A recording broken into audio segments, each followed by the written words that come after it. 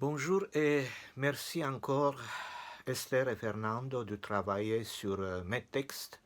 C'est tellement important en ce moment de faire du théâtre. C'est tellement important dans ce monde qui devient un monde anormal de continuer à communiquer, à croire dans le théâtre, à croire que la culture peut nous sauver. D'ailleurs, c'est un moment particulier de l'histoire de l'humanité. C'est un moment où le monde se vide de culture, de sa dimension artistique. Et c'est justement pour ça que le théâtre doit entrer en résistance d'une certaine manière en ce moment. Et nous, les artistes, les écrivains, les comédiens, les metteurs en scène, on a un rôle extrêmement important. Il faut entretenir l'espoir et surtout la communication et surtout envoyer un message de confiance dans l'avenir parce que vraiment si on détruit la dimension culturelle de l'humanité, on détruit l'humanité. Vous avez choisi quelques morceaux de mon recueil qui s'appelle Attention aux vieilles dames rongées par la solitude. Ce sont des morceaux qui parlent d'une certaine manière de la folie du monde, mais aussi de sa tristesse, de ses abandons, de ses espoirs.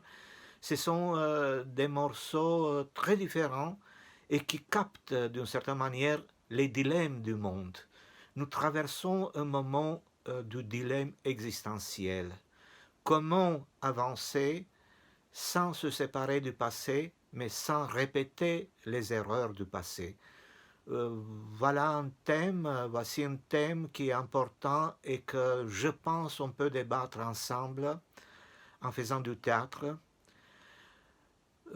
débattre ensemble avec les spectateurs, même si parfois et très souvent sont des vidéospectacles, mais garder le contact et garder le dialogue et surtout croire que l'artiste a encore quelque chose à dire, c'est tellement important.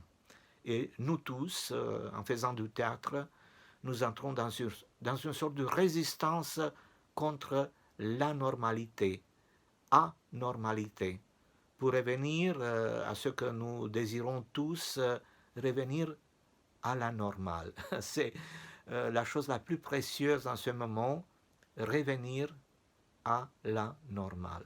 Merci encore, mes amis, et mes salutations à tous les comédiens et à tous ceux qui vont voir, regarder et réfléchir en regardant ces mises en scène et ces morceaux et mes textes.